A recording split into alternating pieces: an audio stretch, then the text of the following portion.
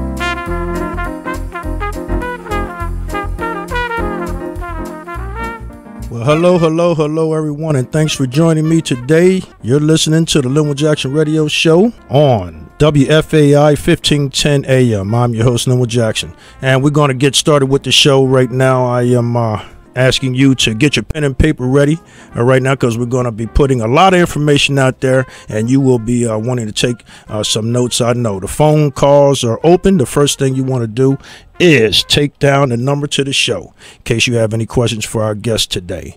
Then the number is 302-777-1510. That's 777-1500. Remember, communications and dialogues are central components to empowerment. No voice is special until it is heard. The lines are open, so you can call. Again, the number is 302-777-1510. If you have any questions, comments, or concerns with regards to the show or our guests, we'll be giving away gifts, so you have to listen to win. Just tell us the name of the show and you get it. I'm going to open up with a bit of history. On this day, January 12th, 1916, Mr. James Columbus J.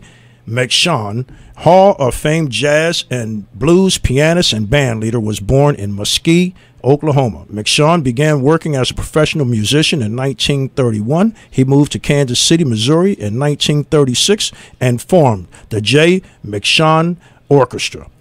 After serving in the United States Army during World War II, he began to lead small groups. McShawn recorded and toured throughout the 90s. His recordings, Paris All-Star Blues, a tribute to Charlie Parker, was nominated for a Grammy Award for Best Large Jazz Ensemble Performance in 1991. And Going to Kansas City was nominated for a Grammy Award for Best Traditional Blues Album in 2003. McShawn was designated a NEA Jazz Master, the highest honor the nation bestows on a jazz artist, and the National Endowment for the Arts in 1987.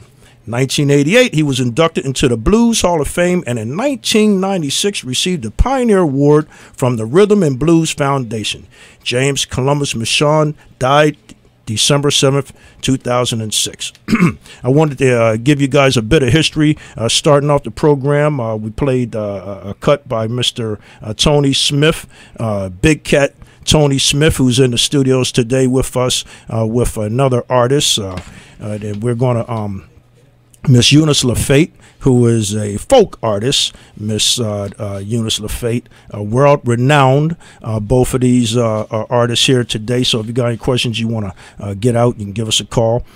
As we all know, Wilmington, Delaware has a rich and diverse cultural arts community. And today we want to talk about that because our youth, we all agree, need to hear about and be involved in the arts. We have a lot going on throughout our city all year with the Bob Marley Festival, the Riverfront Blues Festival, the DuPont River Fest, Clifford Brown Jazz Festival, and many other great arts festivals and exhibits going on throughout our city throughout the year. Organizations like the New Wilmington Art Association, which enables artists to work, develop, and think through its creative interventions staged in vacant properties throughout the city of Wilmington. The organization has formed on principles of aggressively working to support the creative interests, endeavors, careers, and lifestyles of all artists, as well as directly fostering the development of a more diverse cultural landscape in the city of Wilmington, Delaware. I am excited about today's show because we have two great artists in the studio who will share with us their passion for the arts.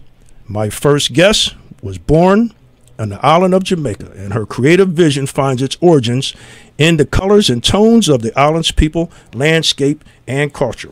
She has served on the Delaware Department of Education's Curriculum Framework Commission for the Visual and Performing Arts. She is a member of the Delaware Center for the Contemporary Arts, and her works have been exhibited in juried, one-person, and group shows. She has been exhibiting in the Salvato Art Festival since 1994. She's had exhibits in the Delaware Black Expo. Wilmington City Council recognized her with a resolution for her 20-year Folk Art Retrospective. She has been honored by the Springfield College for commitment to serving others throughout the humanities and philosophically. I'm sorry, we'll get that word. Anyway, world-renowned folk artist Eunice LaFate is my first guest, and my second guest was born and raised in Wilmington, Delaware, began playing the trumpet in the 7th grade, earned a seat in the band after 1 month of practicing, earned a musical scholarship to Delaware State College, and graduated with a BS degree in music education. He received a master's degree in education administration from the Wilmington College, worked as a teacher in the Christiana School District, Brandywine School District, and the Christiana Cultural Arts Center. He's recently retired as a school administrator from the Brandywine School District here in Delaware. He began serious jazz studies under the late Robert Boyce Lowry, world-renowned jazz teacher of many jazz greats, including trumpet great Clifford Brown. Early influences were Louis Armstrong, Clifford Brown, Hugh Masekela, and Freddie Hubbard. He has performed with the Christiana Electric Light Orchestra, the Mill Creek Jazz Orchestra, the Cliff Club Big Band, the Don Wilson Big Band, the Philadelphia Community College Big Band, and the East Coast Collective Grooves, and on and on and on, the New York Entertainment Group, the Temptations, the Four Tops, the Dells, and many more. He performs regularly throughout the Philadelphia area. Ladies and gentlemen, we also have with us today world-renowned jazz trumpeter extraordinaire, Mr. Tony Big Cat Smith. I'm gonna go right on in and ask them some questions. Please, Eunice LaFate, Miss Eunice LaFate, welcome to the show. How are you doing today? Fine, and thank you very much for giving me the opportunity to come on this show. I really want to talk about my folk art and my community activism. Well, I am just elated to have you on the show. And Tony, I want to bring you in here. How are you doing today, buddy? Oh, I'm doing very well. And thank you also for having me on here. I know you wanted me on here for a while, but I'm here. Absolutely. Thanks for coming. And, ladies and gentlemen, we opened the song today with one of Tony's songs. Tell us, what's the first cut we heard today? That was a tune entitled My Classic Blues in F. And I happened to write that once I retired. I played all the instruments on that cut. I played the trumpet, I played the bass, I played the drums, I played every instrument on there. So that's a project that I've been working on since I retired from the Brandywine School District as vice principal at Brandywine High School. Wow, I tell you what, I didn't know you played all the instruments, Tony. I try. Basically, I kind of lay it down, so when I do play those cuts out, I like the musicians who are a part of it to put their take on it, because I'm not really a piano player, I'm not really a drummer, but I can lay it down a little bit. I know that's right. Now, how did you get? What was your influence? How did you get started in well, of course, as a trumpet player, the first person was Louis Armstrong. I happened to see him on TV playing this horn, and anytime I heard that he was going to be, I would check the TV guide to see where he was going to be on TV. And I was right there at the TV listening to him. He not only did he play, but he sang. So that was one of my influences. And also a couple of my older brothers brought home musical instruments. And it was then that I found out I had a real ear for music, because I was telling them what they're supposed to be doing. And I'm like 5 years old. I know that's right. And how long have you been in Delaware? All your life? Yeah, I've been born and raised on the east side of Wilmington on East 6th Street. All right. Now, what about you, Miss LaFate? How long have you been in Delaware? Will be 31 years. I was born and raised in Jamaica and came to Wilmington in 1983, married my wonderful husband, Robert LaFate, and he's from the city of Wilmington, so I'm a city girl. I love the city of Wilmington. Oh, that's great and fascinating. And how long have you been doing art? Well, ever since I was a child, I did try to doodle and do a little art, but it developed when I went to Teachers College in Jamaica, and I had to make a visual aid for every lesson I taught. It was required that you present a visual aid, and instead of cutting and pasting, I made my own original works on those charts, and that inspired me. Wow, so you had early influences early in your life. And I taught art in Jamaica, and for 3 consecutive years, the schools where I taught, those kids were the champion, the island champion. And I've never been to an art school a day in my life. I am what is considered a folk artist. And folk art is actually termed, it is art from the heart. Therefore, you work by your inspiration. And what is important is the stories behind the paintings and not the accuracy or the precision. And the lines don't have to vanish. It is the stories that are embedded in those images. Wow, and you're a retired educator as well. Yeah, let me give you a little more my background. I am a retired educator. As I said, I taught in Jamaica. When I came here, I taught at St. Peter's Cathedral for a year, a wonderful experience. And then I transitioned into banking. I was in the banking industry for approximately 12 years and left that industry. And then I worked at Elwyn for a short while. I went back to college and did my master's degree at Springfield College, worked there in financial aid for a while. And then I went to Job Corps. That was my most enriching experience in my career. I recently retired in 2011 from Job Corps. And the experiences that I've had in all my careers have come together and have shown in my folk art. Wow, and mentoring our young folks. That is key to all I do. I want to really delve into that. Absolutely, and we're going to try to get into that today during this show. Absolutely. And what about you, Big Cat? Where are some of the I gave when my intro? I talked about the schools you worked in, and what do you have to say about the young folks that you've taught? The young folks that I've taught, I try to instill in the young folks to find something that in life, whether it's in the arts or whatever it is, whatever that passion is going to be, you have to be on a track to find your passion.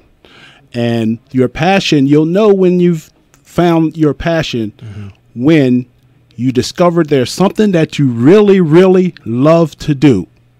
Something that you really love. You would do it for nothing if you had to. You would do it for free. You just can't wait to get home and do this thing that you're looking for.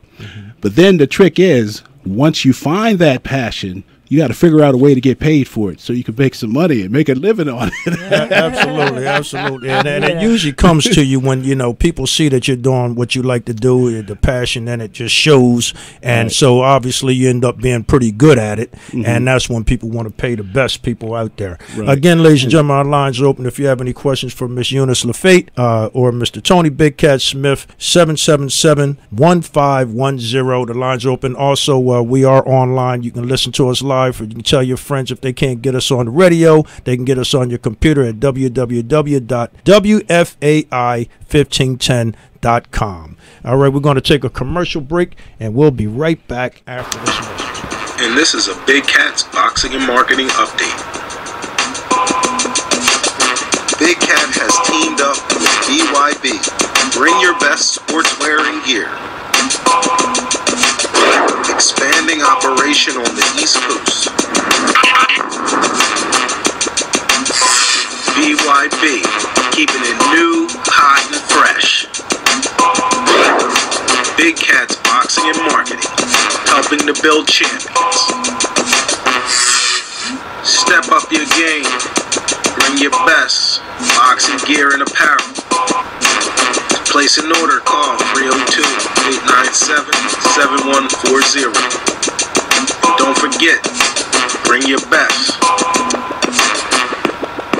Big Cat's Boxing and Marketing. Or check us out at bigcatsboxingandmarketing.com. And this is Studio 9 video promo.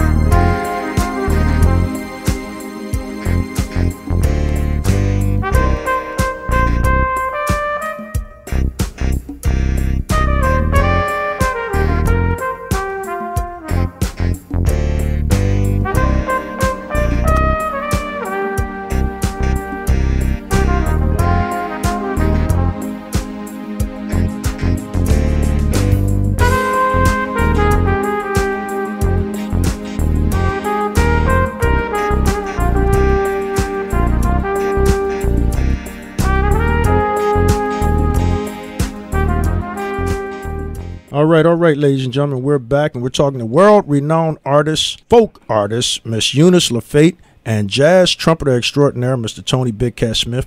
They are my guests on the Linwood Jackson Radio Show. Tell your friends to log on the internet and listen to www.wfai1510.com right now if you want to call in and ask them some questions, because we are discussing the need to teach the arts to our kids. Miss LaFate's 20-year folk art retrospective and her 43-piece exhibition, and Mr. Tony Smith's music, CDs, a book, and their upcoming events. So we are taking calls again at 777-15110 if you have any questions for our guests. And Tony, tell us about the cut we just heard. That was a cut I wrote entitled Mama's Boys. That's right, Mama's Boys. And that was a tune I wrote, a lot of the young folks out there who are getting in trouble and everything, and they're big men on the street, but once they get in front of that judge, for whatever reason, they start hollering for their mama. So I happened to write a tune called Mama's Boys for that purpose. And all right, and so that was your inspiration for that song. Yes, Mama's Boys. All right, and what's the name of that? What's the name of that CD? That comes from the CD. Tony Smith, Groovin' in the Key of Funk. Tony Smith, Groovin' in the Key of Funk. Groovin' in the Key of Funk. And how can our listeners find that CD? You can go to phillythroughmyear.com. phillythroughmyear.com and pick up that CD. Or you can come to the Nomad on Friday and pick one up right from me. I keep CDs with me all the time, so you can pick them up. And, I'm working on getting it so that you can download it. I know a lot of the young folks nowadays, they are into downloading things, so I will have that up and running pretty soon. along with my newest or latest website. I had took my other website down because I'm making some tweaks to it, and I'll have it would be opportunities to download on that site. All right. Now, Miss LaFate, Yes. I know you are passionate about teaching and entrepreneurship in general to our children. Why is that? Tell us a little bit about that. Well, let me start by talking about my art and activism and how that relates. Cool. When I moved from Jamaica to Wilmington, I found a home at the Walnut Street YMCA, a community that embraced and welcomed me. So I started to volunteer. By then, I had stopped painting for nearly 10 years. And one of my colleagues inveigled me to be the team captain for the fundraiser. I told her I could not beg, but I would pray about it. And if I had a vision, I would raise the money. And the vision was to start painting after 10 years. So I painted. And the pieces that I did, I donated them to the Walnut Street YMCA for a fundraiser in 1992, and we raised $2,000. Wow. Thereafter, my name got out, and Out and About magazine commissioned me to do a cover. That was 20 years ago in 1993. So my 20-year retrospective is linked to my publicity by Out and About magazine. But more importantly, living on the East Side and raising a son on the East Side, art became art for prevention. So in the summertime when my son wanted to run out to play, I would be very cautious and try to say to him, bring your friends and let's paint. So he would bring his friends to my house, we'd go to my basement. That became a safe haven. And I engaged them in the arts. And the true story is that all the young people who stuck with it today have graduated from college, are managers, and are in various professions and are leading productive lives. That is very... So much so, I painted a piece called Arts as Prevention, which shows that if the kids are involved in the arts, they are less likely to end up behind the bars. Absolutely. And you brought them off the streets and into your home and shared with them, mentored them, so to speak, into your craft and showed them, and it enabled them to stay in school and prosper on their own. Now, your work has been seen by governors, mayors, and I know this past October, the Council of Jamaica to New York, the Honorable Herman M. Lamont stopped by to view your exhibit. What was that like? Share that experience with us. That has been my greatest accomplishment. Now, painting over the last 20 years, in 1993, I had to register my art as a business because if I sell, I owe the IRS money. So I licensed LaFate Gallery. And I've accumulated the work over the last 20 years and decided to have a 20-year retrospective. And the Blue Ball Barn, which is a part of the Parks and Recreation, graciously welcomed me and provided me with the sponsorship to show my work. So a 43-piece exhibition was opened at the Blue Ball Barn on October the 2nd, and I had as my honored guest the Council of Jamaica to New York, the Honorable Herman G. Lamont. He and his wife came down. It was a wonderful opportunity. And then it was open to the public on October the 4th. The exhibition is still on.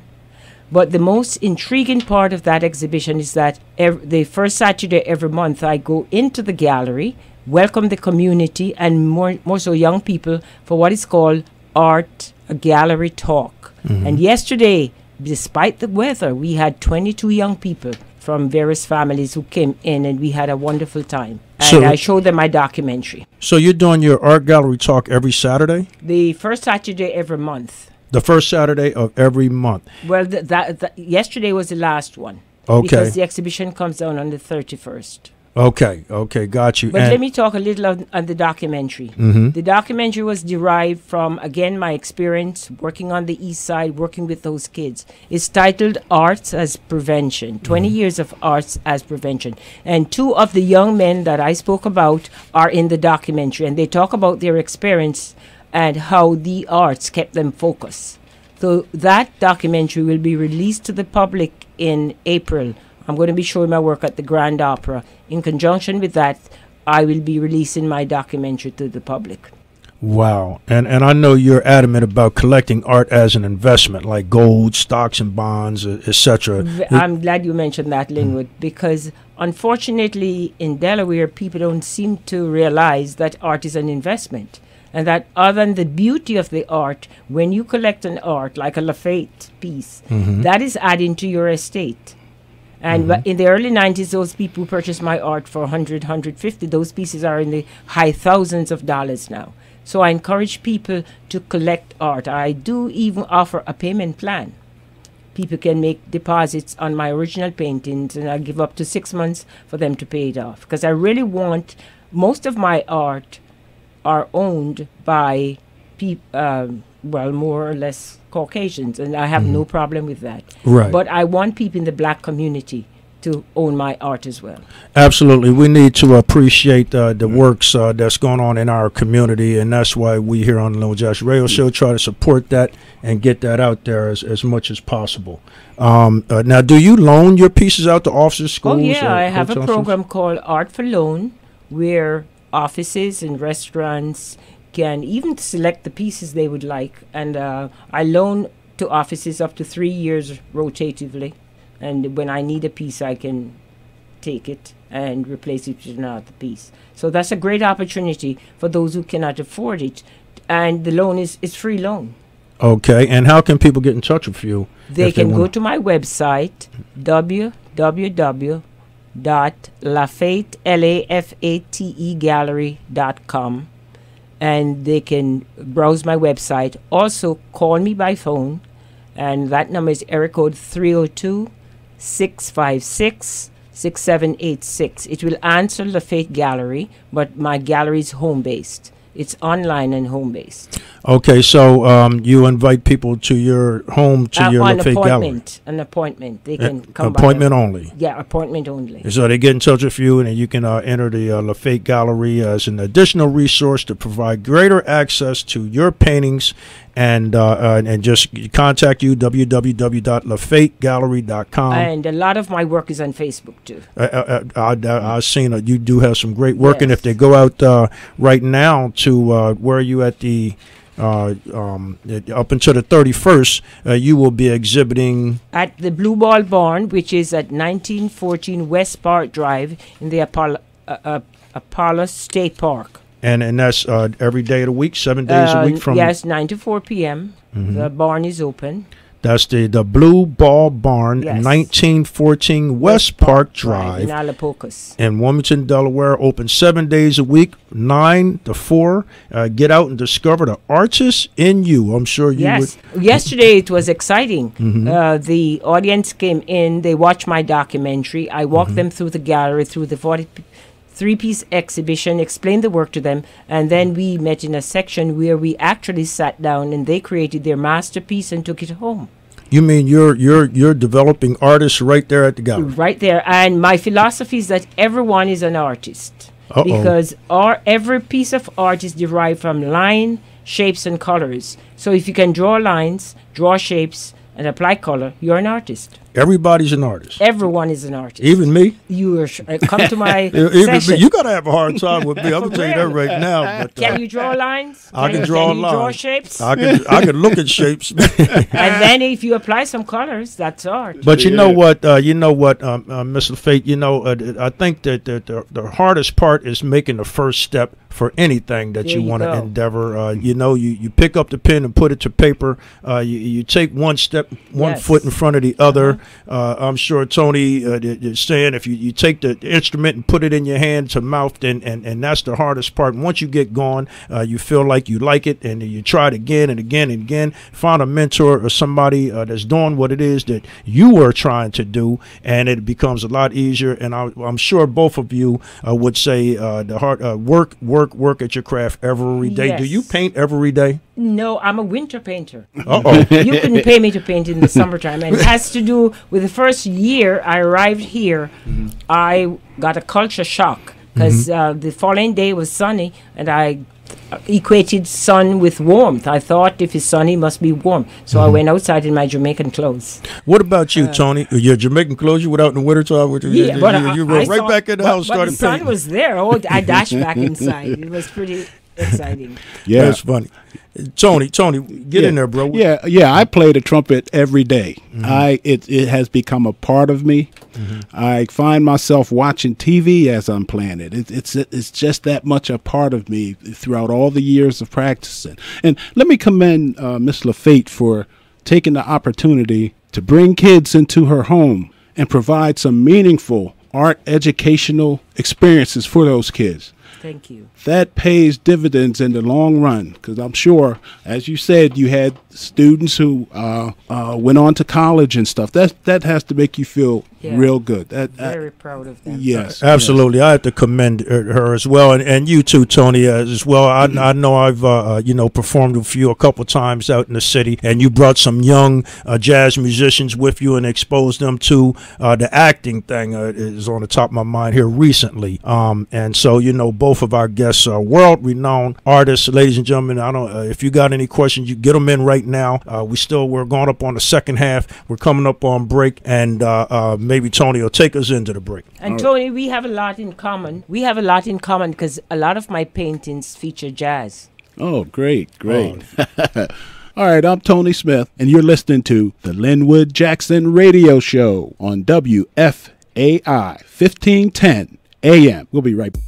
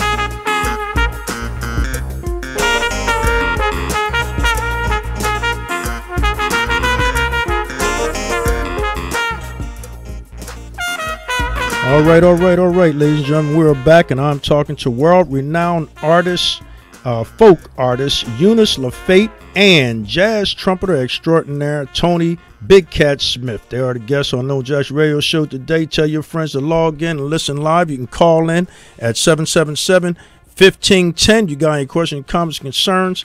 Some states have more young people in prison than graduates from state colleges. It costs more to incarcerate our young people than to educate them. We should be promoting education over incarceration for our children by making education our number one priority, focused on keeping them in school and out of prison. We know education equals jobs, number one. We need to raise the high school dropout age to 18 because 16 years old as just too young to make such a vital decision that affects their entire life and ours. Changing this law would have a domino effect on the issues in our society. The number one high school dropouts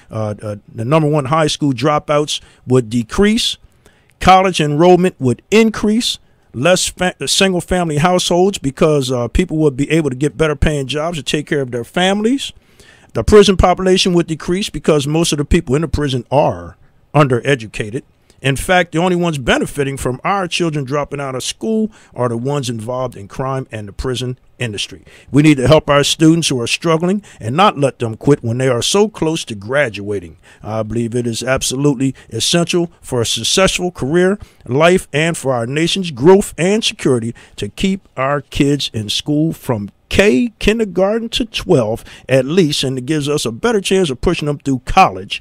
We need to support all the paths that lead in that direction and keep them there, and that's what we're talking about today, ladies and gentlemen. The arts, one approach to helping to keep our kids in school. We have again Mr. Tony Big Cat Smith and Miss Eunice LaFate here, and they're both educators.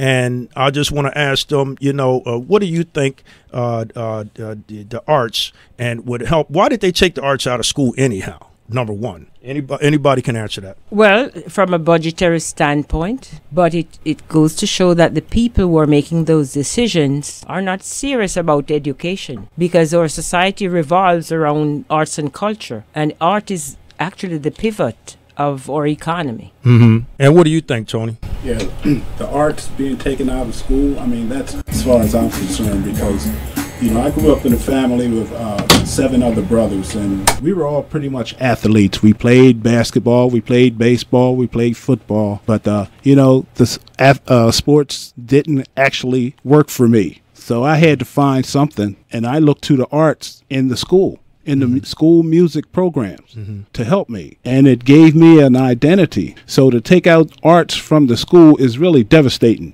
because it's needed. It should be there and available, accessible. Absolutely, I agree.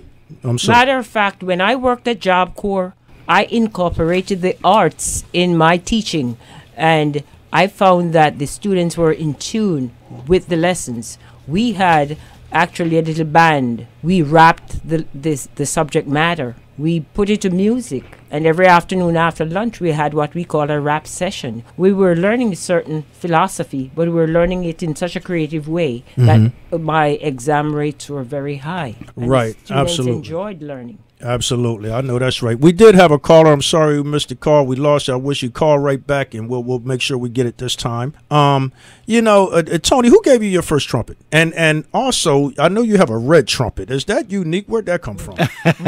What's up with the red trumpet, man? That's a red trumpet. It's called a Martin Committee trumpet, and if you look at some pictures of later Miles Davis, he actually had a red trumpet by the Martin Committee Company, and so that's where I ordered mine. It's a red trumpet. I could have ordered it in blue or in black, and I chose to do red. And that seems to be a hit everywhere I go. The people just love that red and gold trumpet. I know that's right. And did you always want to be a jazz musician, or maybe you played other?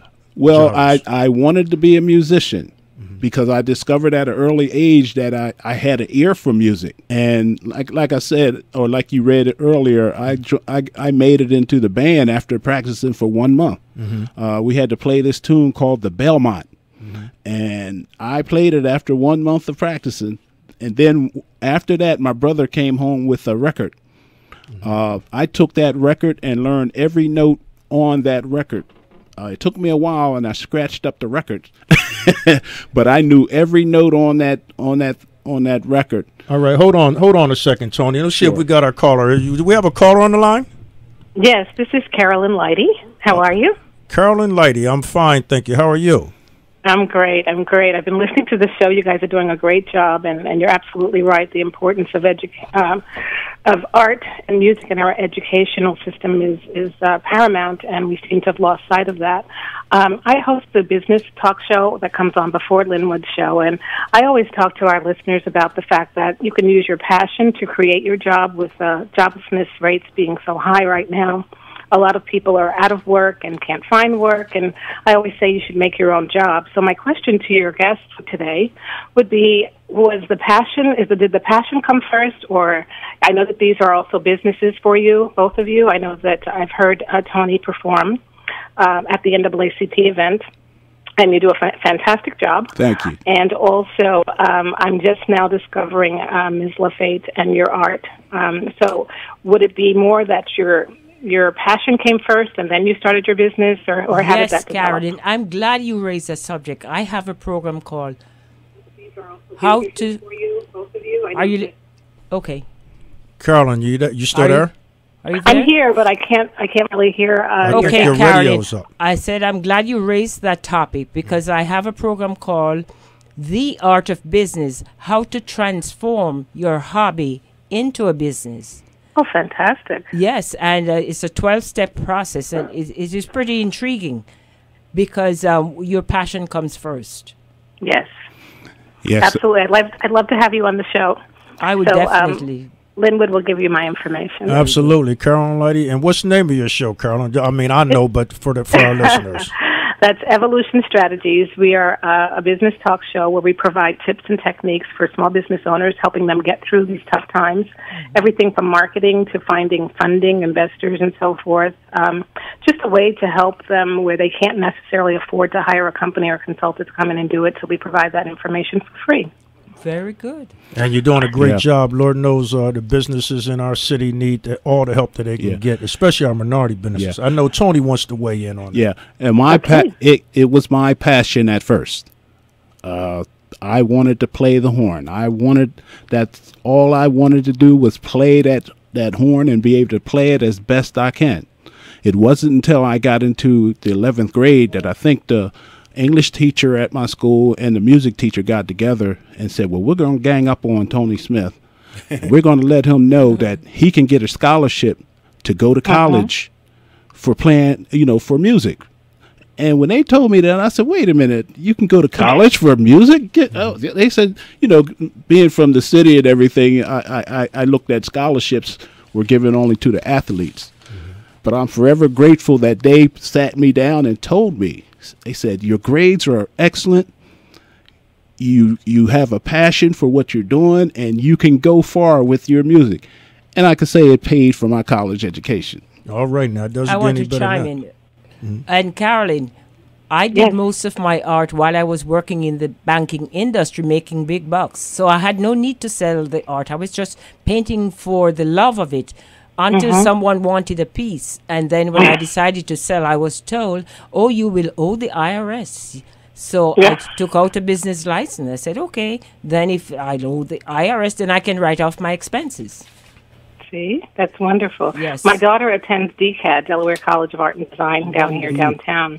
It's a great institution. And she's been selling her art. She has about 700 or 800 followers online with the various communities, art communities. Wonderful. And she's been selling her art since she was about 12 years old online, actually. So I said, well, this is great. If this is what you want to do, let's find a way so that you can really do it and pay me back for your college education. That is great.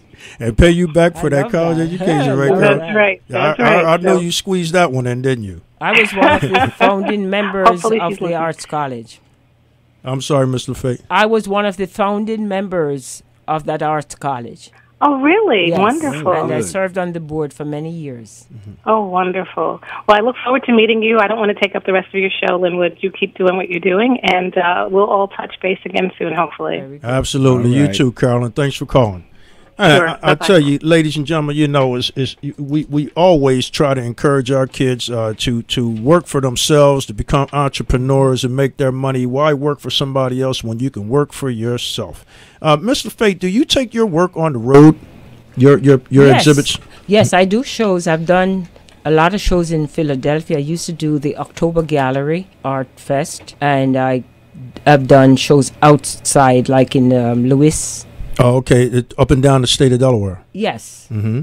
And I know you did work on the Kemmer Nickel Memorial. Oh, yeah, that was my greatest experience. It was scary going on that scaffold. I painted the Tubman Garrett portion of that beautiful mural on 7th Street, and I would encourage people to go by and see that mural.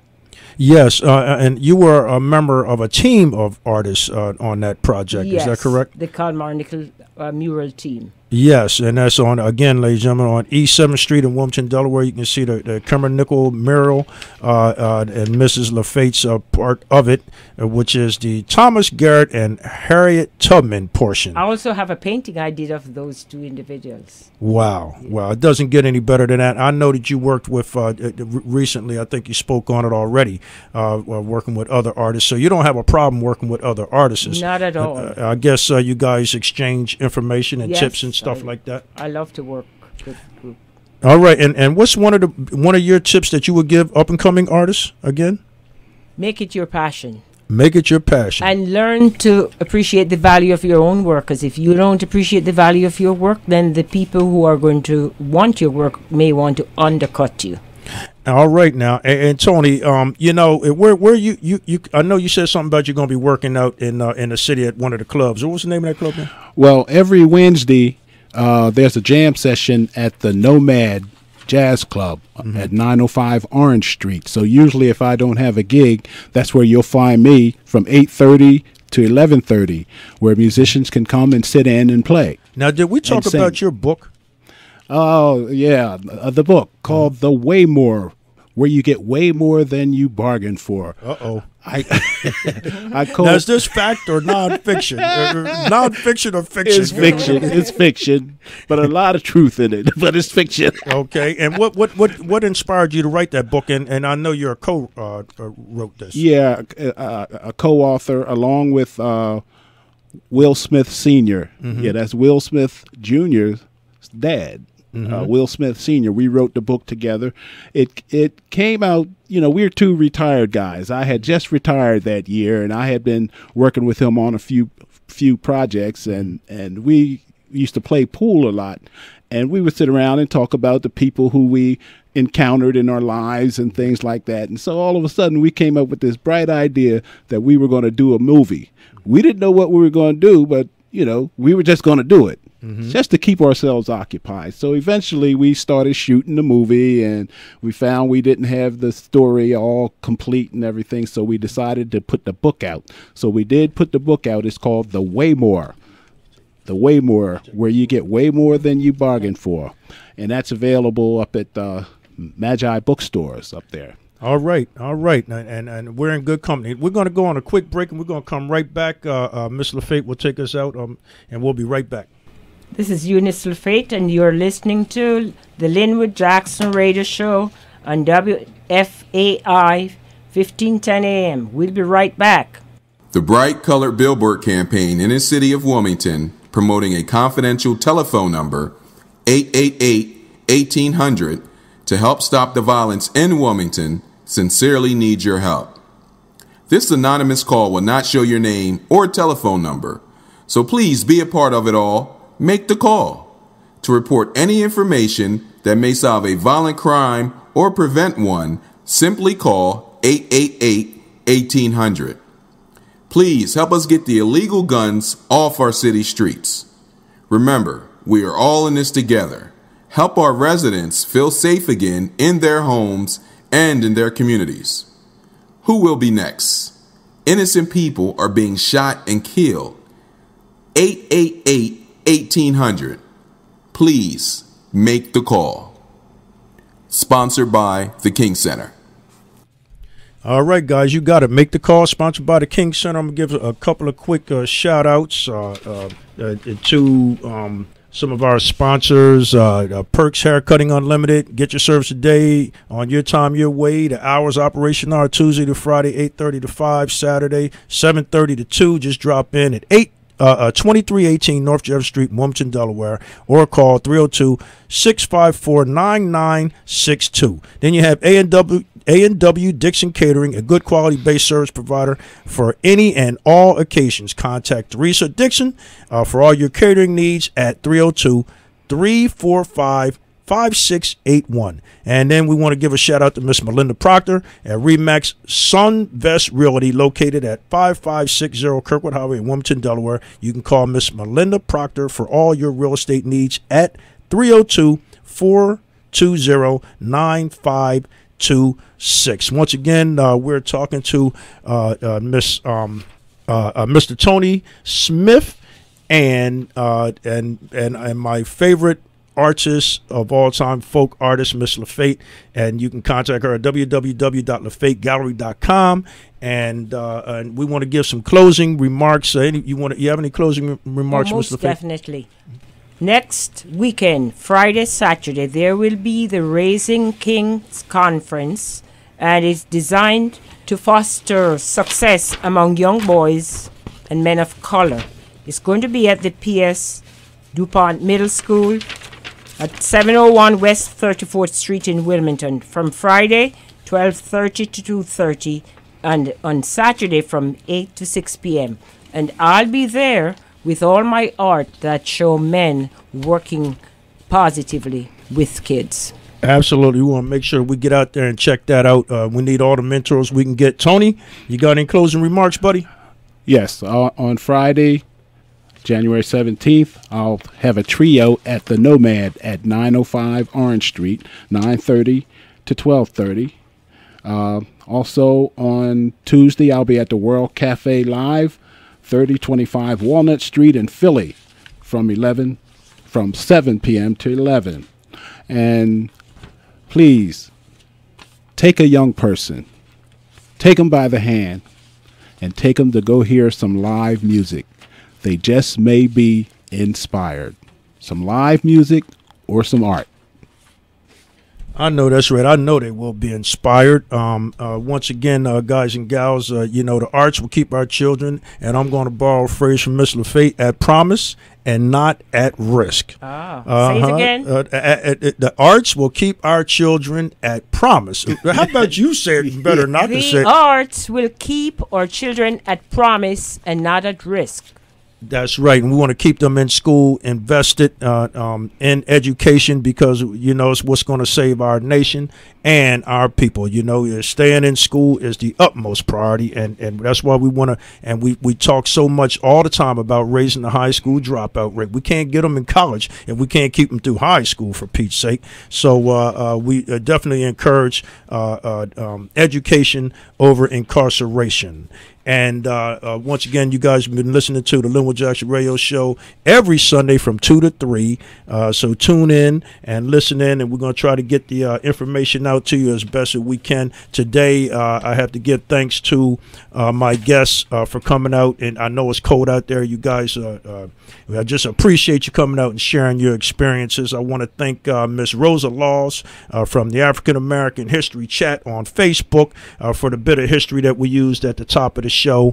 And you guys have any contact? What do you think about the internet, Miss LaFate? I think it's a powerful tool.